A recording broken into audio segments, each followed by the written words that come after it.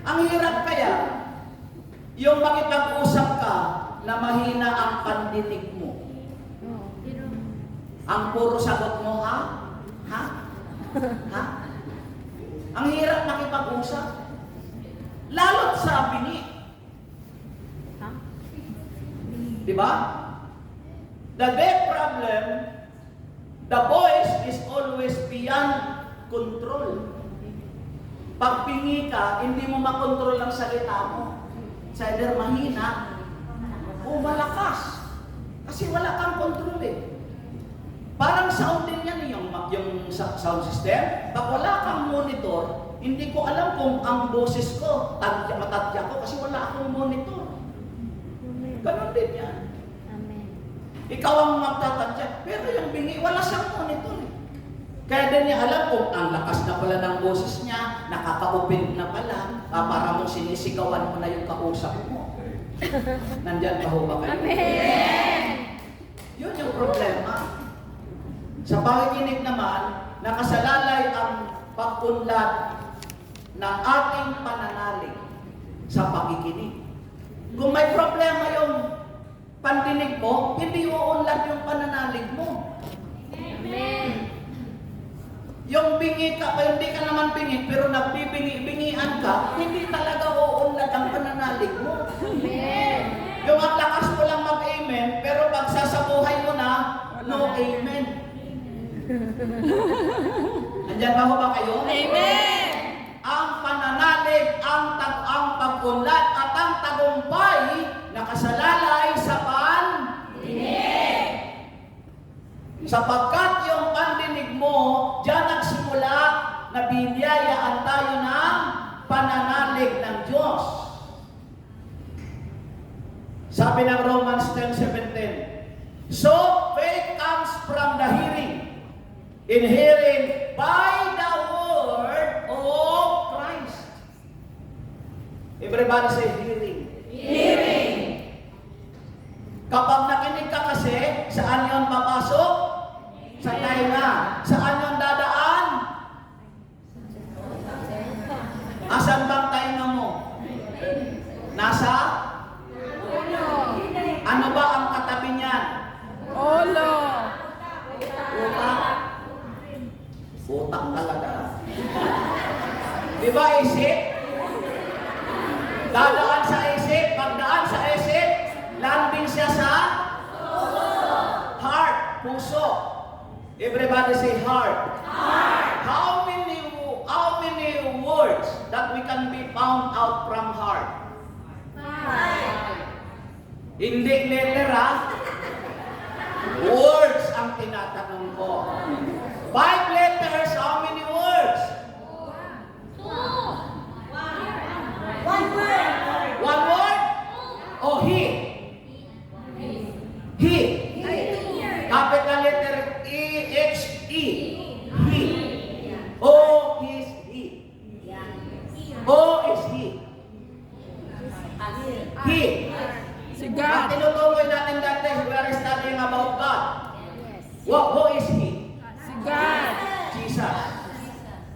Another word from heart, hear. Hear. Ano yung hear? Makinig. At sa pakikinig, ano yung dapat mong gamitin? Ear. Ilan na? 3 na. Another words? Art. Art. A-R-T. What do you mean art? Sa education, sa larangan ng academic, ang art is as singing. Lahat ng subjects, lahat ng courses, including of course, lahat ng course, including of course, ay may singing. Bachelor of Arts in Education. Bachelor of Arts in Science and Technology. Bachelor of Arts in Engineering. Sa silid CDW, College of Divine Wisdom, I encourage you, before akong makalimot, kung mayroon kayong mga anak, mga pamangkin, encourage them, i-enroll sa College of Divine Wisdom. Remember the Lord, divine na wisdom pa. Amen. I am one of the product ng College of Divine Wisdom kasi nagtapos ako ng college, Bachelor of Arts in Evangelization. Nag-graduate ako sa batch 6 ako ng 2019 before mag-pandemic. Sa edad kong ito. Never mind kung anong edad yon. Amen. Amen. Sabi ng mga anak ko, wow, si Papa. At the age of 55, nag-graduate. 55, nag-graduate pa. Bakit ako nag-aral? Bakit ako nag-porsige? Passion ko yun eh. Amen. Amen po ba? So, mga kapatid, lahat yun mayroon Bachelor of Art. Mga kapatid. So therefore, listening to God, hearing His Word, using our ear, is an art of listening. Amen. So ang pakikinig pala is a course. Amen. At sa courses na tinatalakay ko at sinasabi ko, in every courses, mayroong subjects. And every subject, there is units. Amen. One subject is 3 units. In that particular subject, gugulin mo sa isang araw ng 3 hours. You see, every listening, the art of listening, may subject. Anong subject? Paunlarin ang pananalig mo. Ano pang units niyan? Ang subject niya ay pakikinig. Ano pa yung mga units niyan? Paunlarin ang pagsunod mo. Amen. Konti na lang nag-iinig. Amen. Paunlarin ang natutunan mo. Amen. Natutunan mo ano? Magmahal sa kapwa. Kasi kung hindi mo matutuhanan ang matututunan, kayo nga dito. Ang totoong pagmamahal, bakit meron bang buwat na pagmamahal? Kayo nga magsabi din sa akin kung anong buwat na pagmamahal. Yung pakunwari. At saka yung nagmamahal ka dahil May kapatid. naghahanap ka ng Kapalit. kapalit. Mahal kita ngayon kasi Binigyan mo ako ng ganito. mukha ka pang Mayaman. Pera. ano, Mukha kang pera. ubas. Mamula-mula ka pa, mukha ka pang ubas. Pero pag mukha ka ng pasas, Pasa. diba? Kaya wala may kondisyon. Many of conditiones, ang tunay na pagmamahal, kahit ano pa man, kahit sino pa man, kahit na ganyan ka, basta mahal kita. Namili ba si Lord na mamahalin? Yes. Ikaw, sa tingin mo, karapat-dapat ka bang mahalin ni Lord? Yes. Uimin daw. Crying. Ako, I am not worthy of that love of God. Pero because of grace. You know what is grace? Grace is, anong pangalan?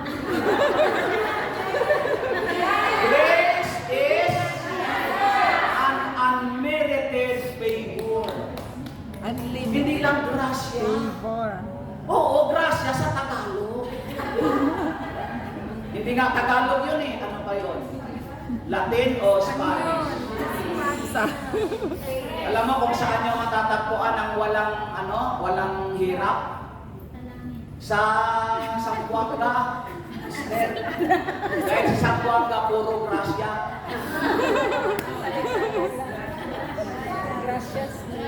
Grasya. No, lahat yun, grasya. Yung salita kasi doon ay, tsabakan. kung ang lalaki nagsasalita, pero pag babae, tsapakana. Buenas tardes. Buenas noches. Lahat ng Buenas, walang malas sa kanila. Kaya kung hindi sila makapagpakasawa, maras niya lang. No? So mga kapatid ko sa Panginoon, yun, kinakailangan natin sa Lord. Pangalawa, anong gawin natin, mga kapatid?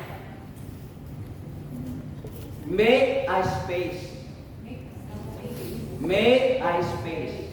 Gumawa tayo ng espasyo. Maglaan tayo ng espasyo. Amen po ba? Make a space.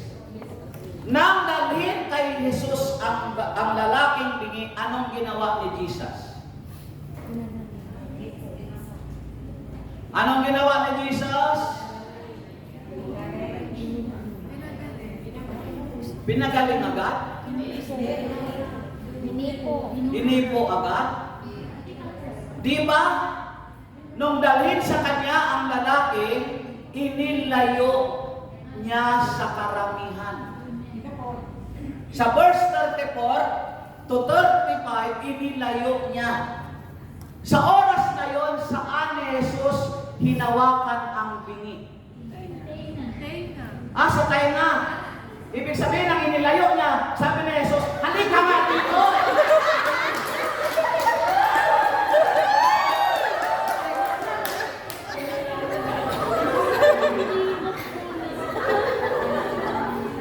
Pag sabi ko, inilayo siya, anong hinawakan ni Jesus? Sabi niya, tainga. Halika dito.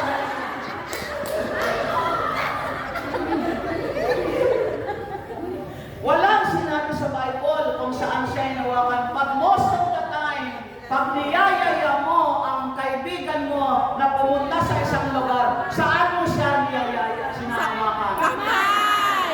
O diba? Did you remember nung unang araw na ang nangliligaw sa iyo at sinagot mo, hinawakan ka sa kamay, anong naramdaman mo?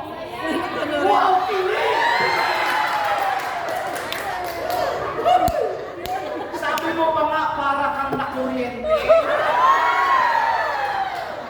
What a tax! Diba? Tell me, kung hindi nyo naramdaman yon. Amen. Nung hinawakan ka nga, bigla, paganyan ka pa. Hindi na niya inulit. Sabi mo, sana ulitin mo. Pero hindi, di ba? Nagkaroon ka ng kilig to the bone. That I believe, yung first na pinats ni Lord ang lalaking ito, inilalayo pa lang siya, nararamdaman niya ang kilig sa Espiritu ng Panginoon. Yung touch ng mahal mo, sa ngayon, na mayroon ka ng relationship sa kanila, every time na tumatawag sila at nakakausap mo, parang ayaw mong bitawan ang cellphone mo. Kahit nagkanda-init na naubos na ang battery. Dahil naririnig mo yung attachment ninyo buhay. Pag hindi siya tumatawag mga isang araw, isang linggo, dumating ng isang buwan, wala pa, anong nararamdaman mo? Wala na. Kinakabahan ka na. Hindi ka na kinikilig. Kinakabahan ka na kinakabagan ka pa. Nung dinala siya sa